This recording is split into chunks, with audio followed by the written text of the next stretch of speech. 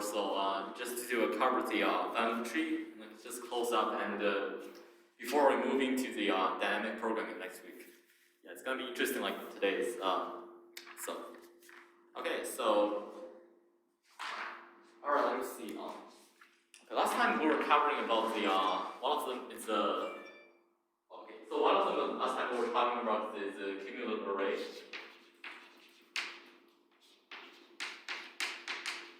Okay, okay. First thing first, like we're talking about the range query, right? Last time. So anyone remind me what is the definition of a range query? Like, or just what is the range sum query? Like, give me an example.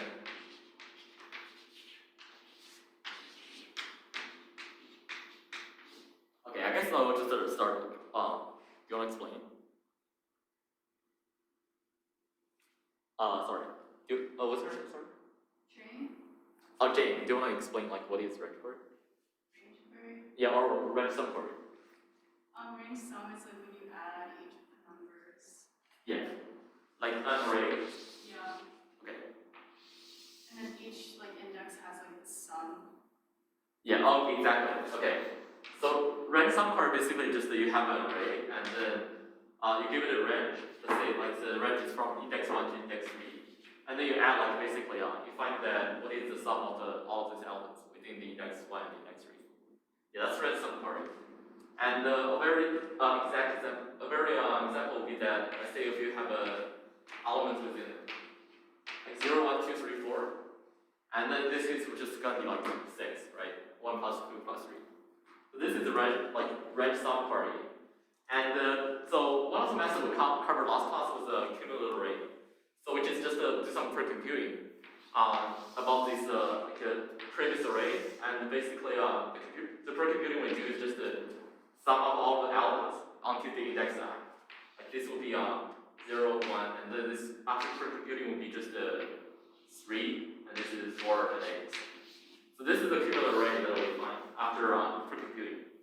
So this is one of the methods that we covered last class. And the other method is we did was square root decomposition. So anyone remember what is square root decomposition? Like just to take an example that we have also an array here. Like say it's length n. And how do you like square root decomposition in order to solve the range query problem? Any idea? Okay. So the way you do this is that basically you just square root first. Like you find the square root of n. So which n is just a big number, so you square root first. Then each of the sub arrays is going to be the size of sub array is going to be square root n.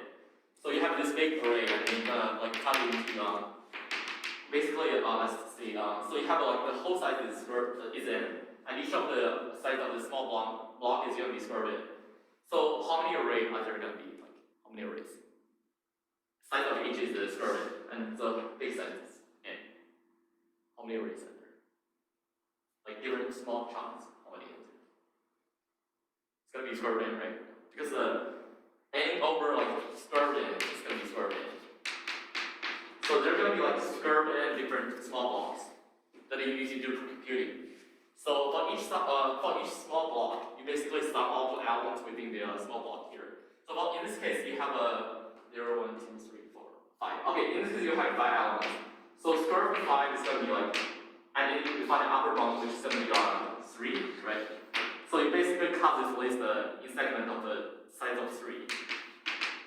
Okay, so in this case, you just do the pre-computing of the 3 elements, like one at a time. And this is going to be like 3, this is going to be 7. That's the square root decomposed array you have here. Yeah, this is just a brief review of what we covered last time. Okay, so today we're gonna based on the same problem, we're gonna cover what is called a family tree or the binary index tree. Okay, so we're gonna go to that part right now. So the problem is still the same. That how do you update and make the query in the time, like say okay. So the goal we have is that you want to do update and you want to query. And both of those operations should take O of log n. So which is faster than both of the methods we covered previously. If you recall, like for the accumulator array, if you have the update, it's going to be all of n. And if you have the like the query, it's going to be all of 1. But for the square root decomposition, it's going to be all of square root n for the query, and for the all of 1 for the update.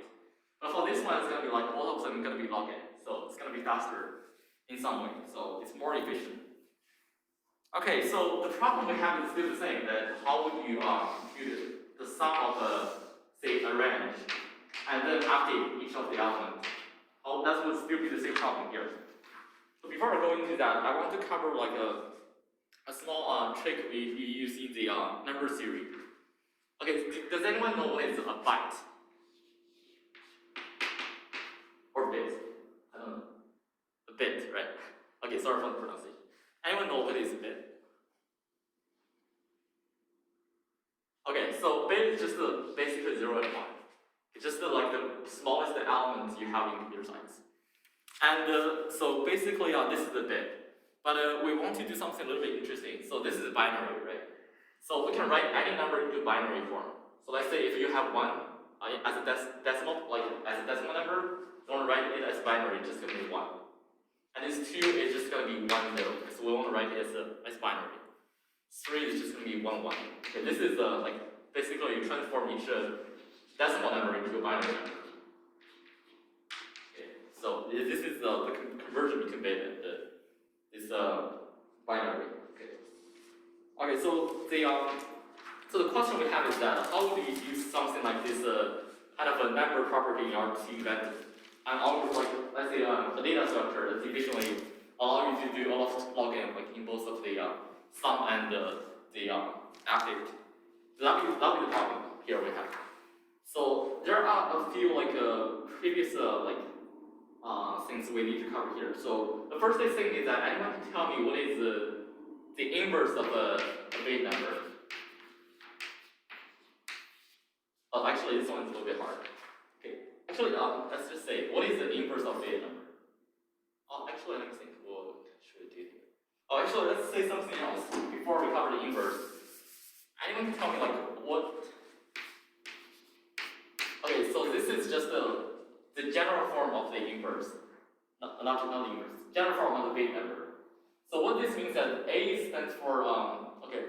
Let's see what this means. Okay, so what this means that B is basically a lot of zeros.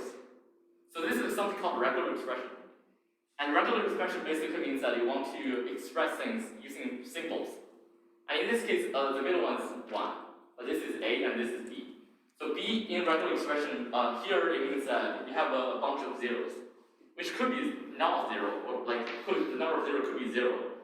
I mean just like not 0, which is no 0, and or 1 0, or 2 0, or 3 0. Like the point is that this thing represents all of these cases. But we represent all of these cases using one symbol here, which is B. So this thing, A1B, this can represent any form of binary, like this kind of a big number. This is the thing that we're trying to do here. So, and 1 is just the first non-zero bit. Okay, actually, I made a mistake, I think. Okay, this doesn't represent 0 itself, because you see, it always has 1 here. So in this case, this represents any number that has at least 1 bit, like 1 bit being 1. So it doesn't represent 0 itself, but any like binary number can be written in this form as using this regular expression. Okay, let me give you one example what I mean here. So yeah, I need to cover this part first before going to the binary index tree, because this is using binary form to write things down. Okay, so let's say we have a number, binary number in the this. Okay, this is the binary number we have. So how would we write this into the form of A1B? What would be the B here? Any idea? Okay, so B here is just actually going to be nothing, right? Because if you see this form, like how would we translate between these two forms? So in this case, 1 is just going to be covered, like will just be this, right? Because the last bit is just the last bit, like the last bit is 1, so here is just 1. And B is actually something here, which there's a not 0. Actually, this is not actually 7.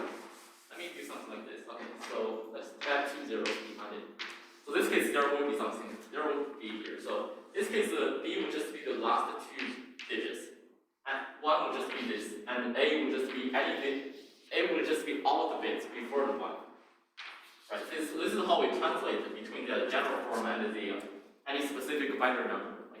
So any specific binary number can be written into A, 1B, except the 0 itself, because we have to use at least have 1 bit being 1.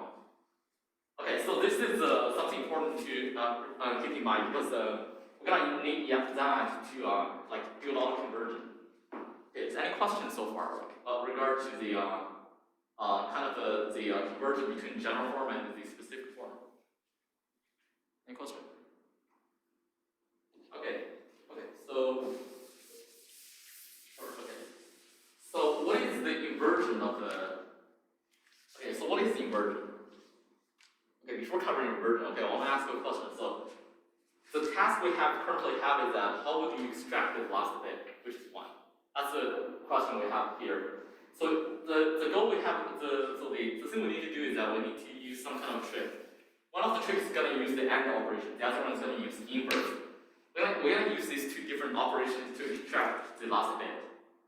So to be specific on what I mean by last bit. Okay, so let's say if we have this number, this is a binary number, right? Okay, to be specific, what I mean by last bit, I mean that the last non-zero bit. So in this case, you have 0, 0, 1. So the last bit in this case would just be 1, 0, 0. Because this is the last non-zero bit, looking from the right to left. This is 0, this is 0, this is 1. So the last non-zero bit just be 1. But in this case, it's on the third index. So we're going to cover the 0, 0 as well. So another example would be that, let's say we have 1, 0, 0, 0, 1. So what is the last bit in this case? It's just going to be 1, right? Because this is the last index is just the non-zero index. So we're not going to have any 0 here. So it's just to be 1. So the trick we're going to use is that how would you use these 2 different operations in order to pull out the 1 index here? I mean, this last bit, this part here, how do we put it out? Okay, that's the trick. We're going to see how to resolve that part. Okay, so AND operation. Anyone know what is an AND operation? Like, let's say if you have a 1, 0, and you do the AND operation on these 2 bits. This would give you, what would be the result here? Yeah, exactly. So if it's 1, 0, and you do the AND operation, it's going to be 0. And if it's 1, 1, and then the AND operation is going to be 0. It's going to be 1. Yeah, this is the AND operation, and inverse operation. Okay. So AND operation basically means that whenever you have 2 different binary numbers, you do the AND operation on them. If all of the digits are 1, then you have the 1 as the result. But if any of the digits is equal to 0, then you have the 0 as the result. So that's the AND operation here. So the other operation we're going to have is called inverse. The inverse is a little bit complicated, but I'm sure that you learned in the math class probably that if A plus B equal to 1, then A and B are just the inverse of each other in terms of the multiplication here. So for the inverse of this part is something similar, but except okay. So let me give you an example. So what would be the inverse of binary number 1? It would just be binary number 1. Because if you 1 plus 1, right, it's going to be 2, but the result will give you 1, 0. And what is the inverse of, let's see, 1 plus, okay, let's see. What is the inverse of 1, 0? It's just going to be 1, 0, because, okay, so let me explain it this way. So the inverse of, like, say, a binary number is just a number that when you add them two together, you would have all of the, if you see these 2 numbers are 2 digits, right? When you add them together, the last 2 digits is going to be 0. And the new digits that are created by adding them together is going to be 1. That's what it means like to be the inverse of each other. Okay. So how do you find the inverse of a number? Okay, so more specifically, how do you find the inverse of this general number? Like, what would be an inverse here? Any idea? Okay, this part is kind of hard. Like, it's specifically with regard to the binary number. So the problem we have is that how do we find the inverse of this number? Okay, so I'm just gonna write it down first, and then explain what it means. The inverse of this number, right? This is what we're trying to find. So this is equal to, let me think how this works. Okay. This is equal to A flip 0 B flip positive. Okay, so the inverse of a number is found. It turns out that if you want to find the inverse of a number, you basically flip every bit of it. Like, sorry, not every bit. You flip the A part first, then flip the bit, and then you, yeah, it is flip every bit. Sorry. So you flip every bit here. So you see here is the inverse sign, but this is the flip sign. So this is negative 1, this is negative sign. So you flip all of them first, and then you plus 1. Okay, so one example is that, let's say if you want to find the inverse of 1, 0, right? So you flip all of the bit. It's going to be 0, 1 first, and then you plus 1 to it. So it's going to be 1, 0. Okay. Another example is that if you want to find the inverse of this number, right? 1, 0, 1, 0, 0, 1. So it's just going to be like you flip all of the bit first, which is going to be just 1, 1, 0. It's going to be this, and then you add 1 to it. So the inverse of this number is going to be this. So it turns out that if you see these two, if you add them together, the result's going to be like, what will be the result here? Yeah, the result's going to be like 1, 0, 0, 0, 0, 0. So one bit like in the front, all the other bits are going to be 0. So the difference is that, so most people, when they first learn the inverse of a bit number, they think it's like when you add them together, it's going to be 0.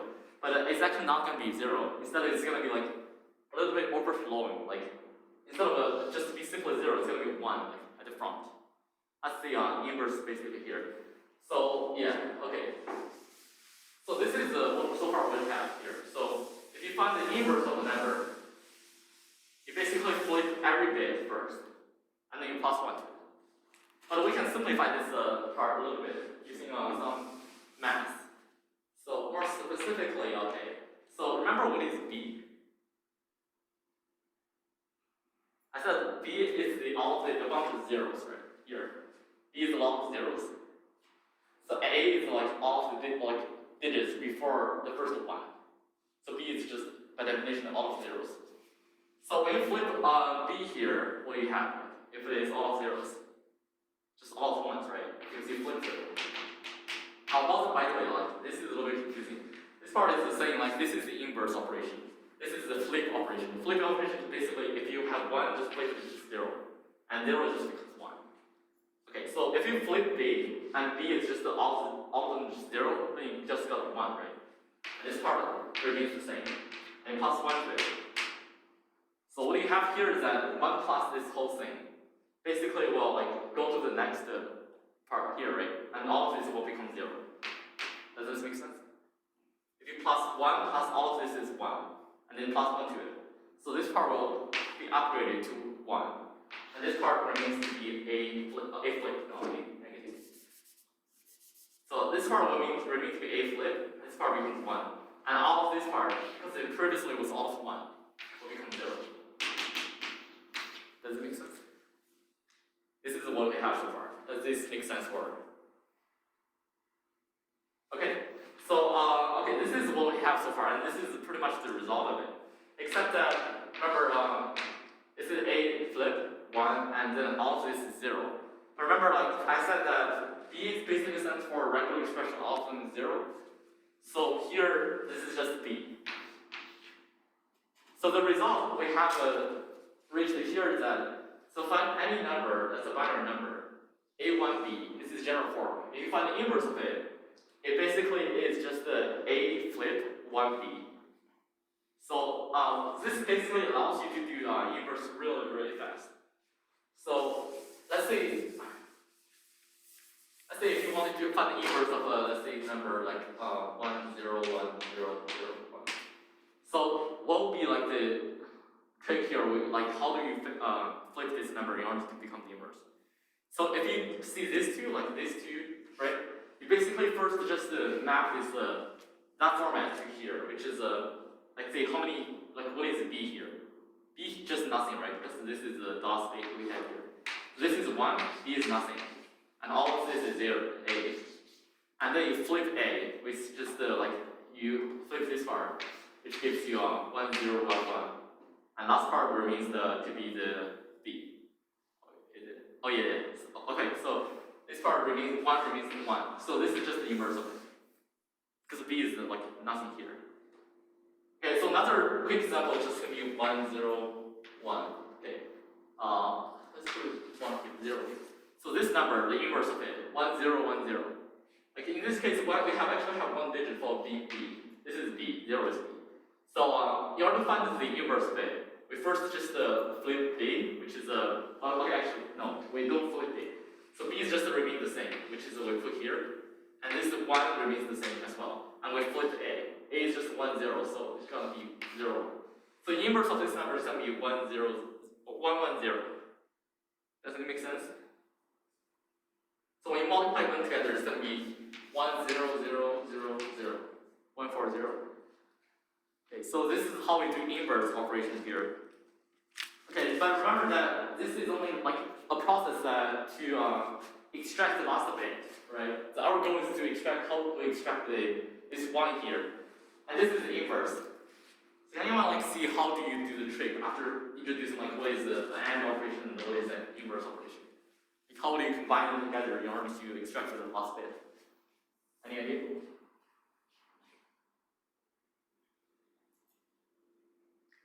Okay, so it's not actually that complicated. So alright, I'll just say one case here.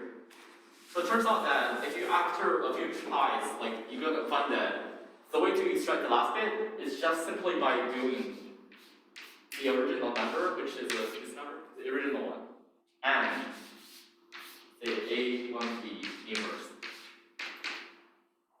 So this is basically allows you to extract the last bit. And to see why is that, okay, so this is basically the inverse, right? This is the inverse we have to calculate. Like the inverse of the A1B is going to be A flip 1B. So this part basically is A flip 1B. So the inverse of the number just the flip, like the inverse is this. So if you do the AND operation, basically just the AND operation of these two. So A flip and A, you know, like if this is 1, this is 0. So both of them will cancel to be 0. And 1 is just basically the same here. Because 1 and 1 is going to be 1. And B is going to be like the same, so it's going to be. So the result you have after the AND operation is going to be 0, 1B. Or simplified, simply just the 1B. So this allows you to extract the 0 bit, like the last non-zero bit, which is 1, which is right here. So any question over here, like how we do the trick? Basically using the inverse operation and the AND operation in order to extract the last one non-zero bit.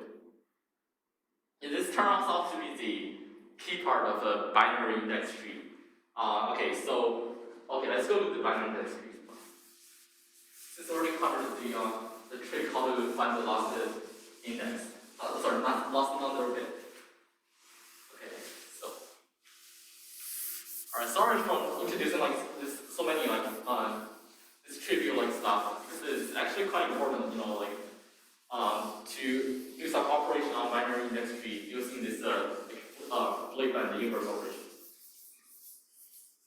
Okay, so far we have so far one thing we have is like how to extract the last non-zero bit, right? So any number, if you have one A, right, just simply A. If you want to find the last non-zero bit of it, so you simply do is just A and A inverse. This will give you the last non-zero bit of any number. So this is the whole trick of a binary index tree. Okay, I'm just gonna go to the how we do the binary index tree here. Okay, remember that binary index tree is just an array. But the beautiful thing here is that once you are able to do some like number theory manipulations or tricks using this thing, basically this allows you to like jump from like children to parent and from parent to children very quickly once they have the indexes. Okay, so the trick here is that all of these indexes, right, they are just decimal numbers, but they are like another form of zeros is binary number, right? 0, 1, 2, 1, 0, 1. Yeah, also not binary number, right? So the key of binary index tree is that if you want to jump from one like children to one of the parents, you just use this operation. Okay, more specifically, let me give you an example. So let's say what is the inverse of a 1? Sorry, not inverse. What is the parent 1? So the parent of 1 is just the 1 itself plus equal to the last bit of 1. Sorry, let me just generalize a little. So let's say any index, IDX, right? So IDX could be like any of these numbers, 0, 1, 2, all the way to the array, which is a minus 1. So this is the IDX, and the last bit of IDX. So IDX plus equal to last bit of IDX. This gives you the index number of the parent. And correspondingly, SDX minus equals to last bit of IDX. This gives you the index of the children. So one example would be that, let's say if you have a index 1, how would you find the parent of it? You basically just 1 plus the last bit of it, right? What is the last bit of 1? Like, sorry, not last, when I say last bit, it's not, I mean that like the last non-zero bit. So what is the last non-zero bit like for 1? It's just gonna be 1, right? I mean, if it's 1, 0, then it's gonna be 1, 0. And if it's 1, 0, it's something like this. The last non-zero bit is gonna be 1, 0. Okay. This is what it means, like, this is the concept we covered before, like, what it means to be the last non-zero number. So this is 0, this is the last non-zero number. Okay. So the parent 1 is just gonna be 1 plus 1, it's gonna be 2. So on this binary index tree, the parent of 1 is just gonna be 2. I'm gonna point it using this topological way, like to make it like show this is the parent point. So what the parent of 1 is just 2. Okay, so what is the parent of 2 then? So in order to find out what is the parent of 2, you have to turn this number into a binary number first, right? Which is 1, 0. And then you plus equal to the last non-zero bit of the 1, 0. What is it? It's just going to be 1, 0. And then you find that the result is 1, 0, 0, which is 4. So the parent for 2 is just going to be 4. Does this make sense? So yeah, so this part, well, I skipped a little. Basically, this is saying that this is a formula to help you to navigate throughout the binary index tree. If you have any index here, the parent for the index is going to be the children index plus equal to the like the last non-zero bit of the children index, and then the parent the children index is going to be minus 1. Parent index is just going to be plus 1. Yeah. So also like do the 3. It's gonna be the next example. Last example here. So what is the parent of 3? So you first write 3 into the binary form, right? Which is 1, 1, and then you find that the last non-zero bit, which is 1. You plus it. The result you have is just a 1, 0, 0. So the parent of 3 is this binary number is 4. So the parent of 3 is just going to be 4 as well. Okay. Does this make sense or? Okay, so the key things we have here is that once you are allowed to do this sort of number like theory operation, you can like jump very fast from parent to key and from parent to children, from children to parent. So correspondingly, okay, is it confusing or like is it okay so far? Is it okay? Like does it make sense? Okay. Alright, so yeah, that's for this part. Okay, so how do you use like this binary index tree then? Okay, that's the next question we have. Okay, so once we know like how to jump from parent to children, from children to parent, how do we like use this kind of thing to run some queries? Okay, so the key thing we have here is that one very important thing to remember is that okay, so if you have an update operation, right? For example, for one of the index, let's say it's JDX. This is the index that you want to update. So in order to update this index, basically what you have to do is that, so let's say if you want to update the first index, right, this index 1. So if you say you want to plus 1 of the first index, so on the binary index tree, what you have to do is that you want to propagate this change, which in this case is plus 1, to all of the parent of 1. So it's sort of like sending a signal, right, to all of the parents, so that they know that like one of these children is actually updated. So in this case, we have plus 1 to the index 1. So we want to send the signal to the index 2 and index 4. Because, okay, so this is a propagate operation. So let me just write it. Propagate. So you want to propagate this change throughout the whole tree. Okay, so let's say if you want to update 1 by plus 1, then you just update the, you have to update this change to 2 as well, which is like the parent 1. So you want to plus 1 to 2, and you want to plus 1 to 4. Because 4 is the parent of 2, right? As I said, like this is a propagation. Like the one of the children change, all of the parents have to change throughout the whole tree, which is the whole array. So one example is going to be like if you have a concrete binary index tree. Let's say if this one has 3, 4, 7, 1. Okay, so this is the concrete binary index tree. It's just going to be like a small one. Okay, but it's enough to do the example here. So, okay, so one thing to remember is that, okay, we also abandoned the 0 index. We don't actually want to use this one. The reason is that, like, 0, right, as I said, like the previous general form of binary index number is going to be A1B. So 0 actually is not accounted in this form of a general form here. So we don't actually want to use the 0 index. We want to start from 1, 2, 3, and all the way. Everything else remains the same. Like we just don't want to use the 0 index. Okay, so let's say if you want to update the 1 by passing 1, right? So how would you do the binary operation on this tree then? So the first thing you need to do is that like you want to update the 1, right? You want to change the to 4, and you want to propagate this change to the children, right? Sorry, to the parent. So the parent of 1 is just going to be 2. So you have to propagate the change so that this 2, which is 4, you want to make it 5. And then because this children's change, you want to propagate this change further to the parent of 2, which is 4. And then you find that this is 2, so it's gotta be 3 this time.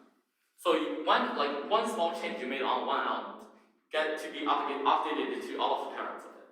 And you see like the parent for 4 is actually gonna be 8.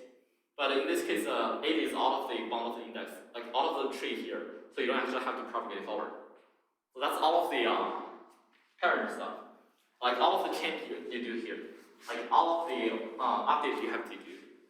Okay, so that's the update part, and so it turns out that I'm not gonna go into the mathematical introduction here, but the complexity of this update operation is gonna be log n. And specifically, okay, so this has something to do with like each time you go to the parent of it, you plus basically the last bit.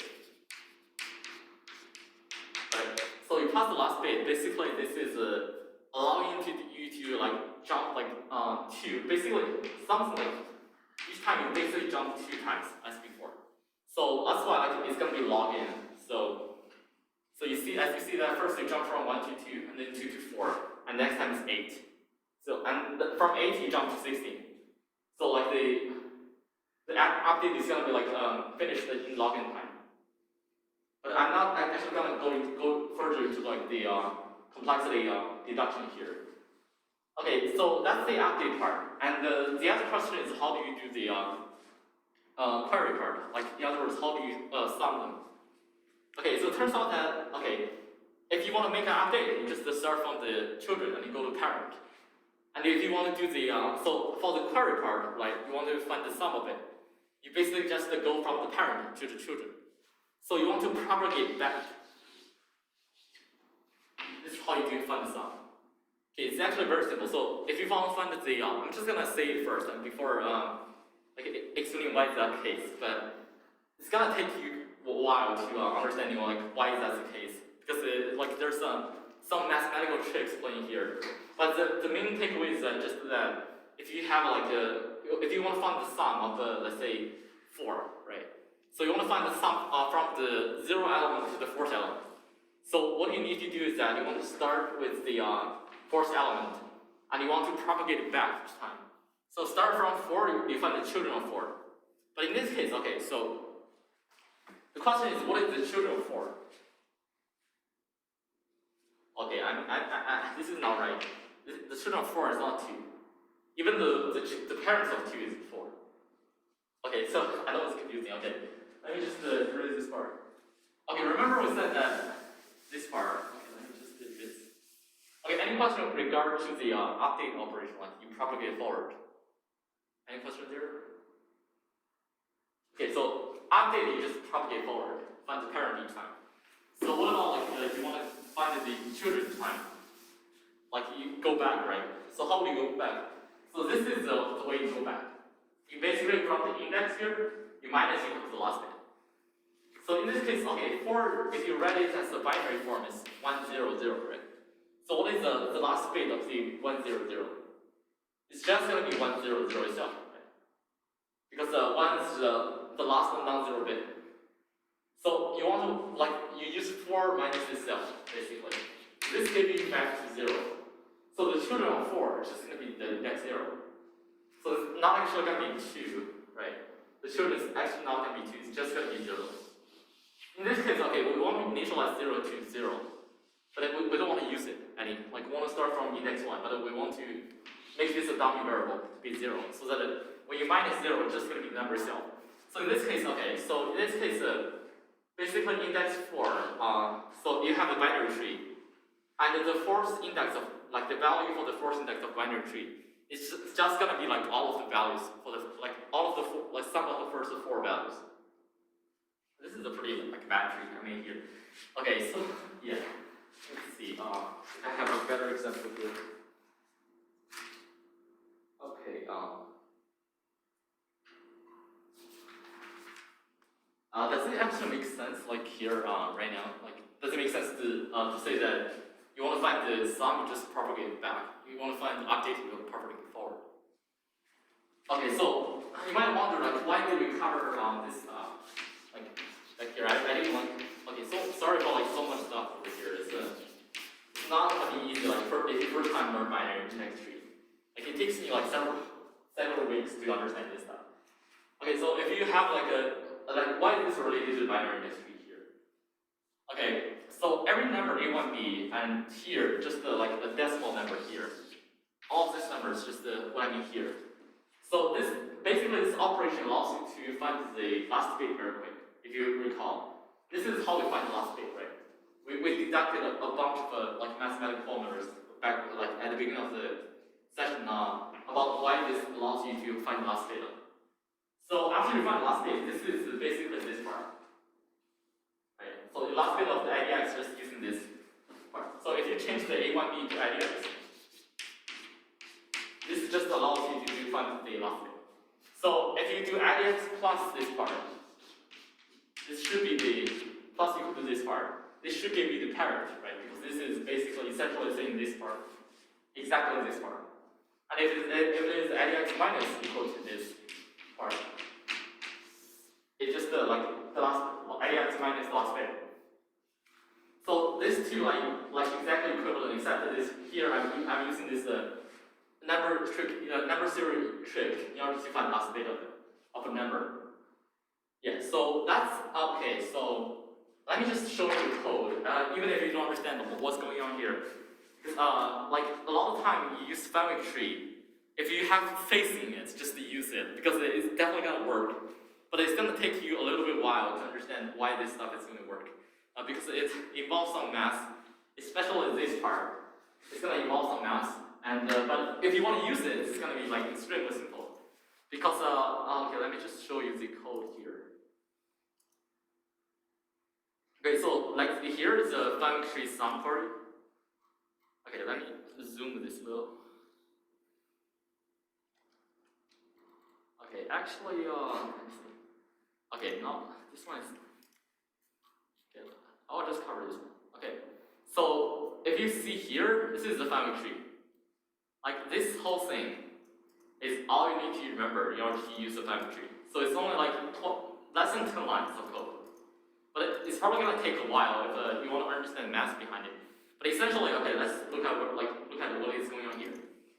So initially, you initialize like a array here, right? This is the family tree array, like this line. This line is basically doing that. You first construct like a one-dimensional array, which is going to be your family tree. And the next thing you do is that, so you have two different operations here. One is the query, the other one is update. And if you recall, query is basically just finding the sum of the elements within these certain ranges. And update is basically just like going to the like you want to propagate the change from the children to the parent, like this part. You're basically propagating forward. This is the update. And sum is just the query, basically just going backward. Okay, so what is the difference between these two different things? Okay, so if you see clearly, there's only one difference here. Okay, what is the difference? The difference is that, you see, in this for loop, what we did was that x minus equal to this thing. And here, however, it's x plus equal to this. This is all the difference there is. Okay, I mean, not all the difference, but this is pretty much the only difference, like between the query and update. And the reason is that, like, one of them is doing plus, one of them is doing minus, is because one of them is propagating forward, the other one is propagating backward. So E plus equal to the what is this thing? Like, what is this thing over here?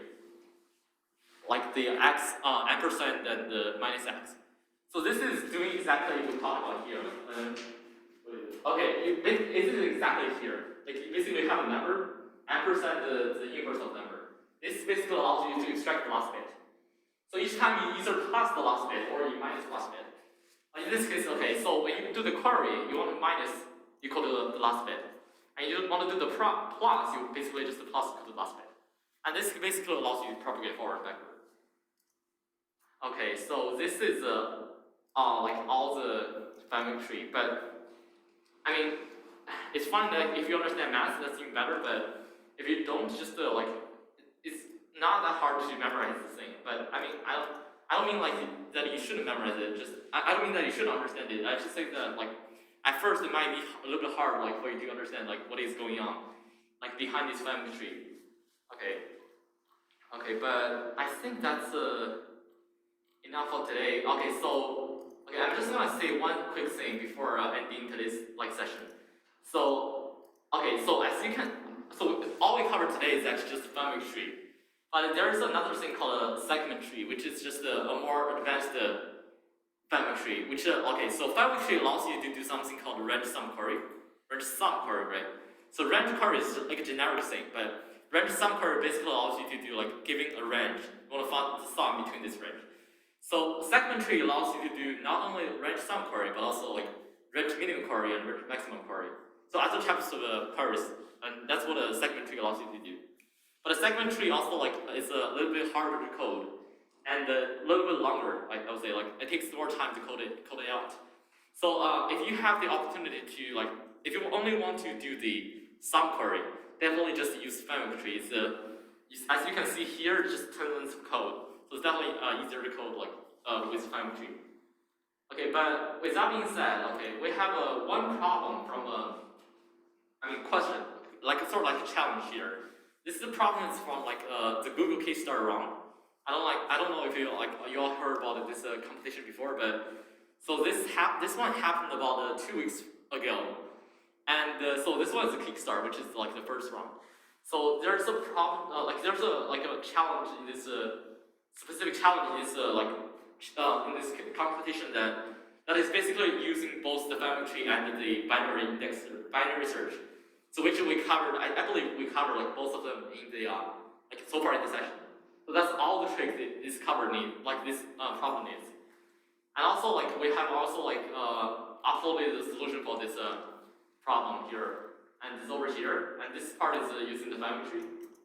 Yeah, this part is using the family tree, and the other part is using binary index tree. Binary search, which is let's see, where is it? Okay, this is the binary search over here. So you define the active search region, and then you do the binary search within this active search region. So both of those tricks are covered so far. So if you're interested, definitely give it a shot about this problem. and it's not gonna be easy. This one's if I don't remember if I told you like before, but this student, his name is Charlie. Right? He's also in this club, but he rarely comes to the session because he's really good. Okay, so but I mean, like the point is that okay, so this student actually I don't know, but this problem is like fairly challenging even for him. So I definitely encourage you to look over this problem, maybe like have some pseudocode or like some like solution you might have in mind. Before next class, we might want to go over like how to address this problem using like both of the binary search and the family tree. So yeah, and also like the solutions over here, and there's a pretty exhaustive explanation over here. So if you're interested, like you can also check over here. So with that being said, like I think that's it for today's session. So yeah, thank you. Have a good weekend. Oh, any questions? Sorry. Okay, if not, I guess I'll just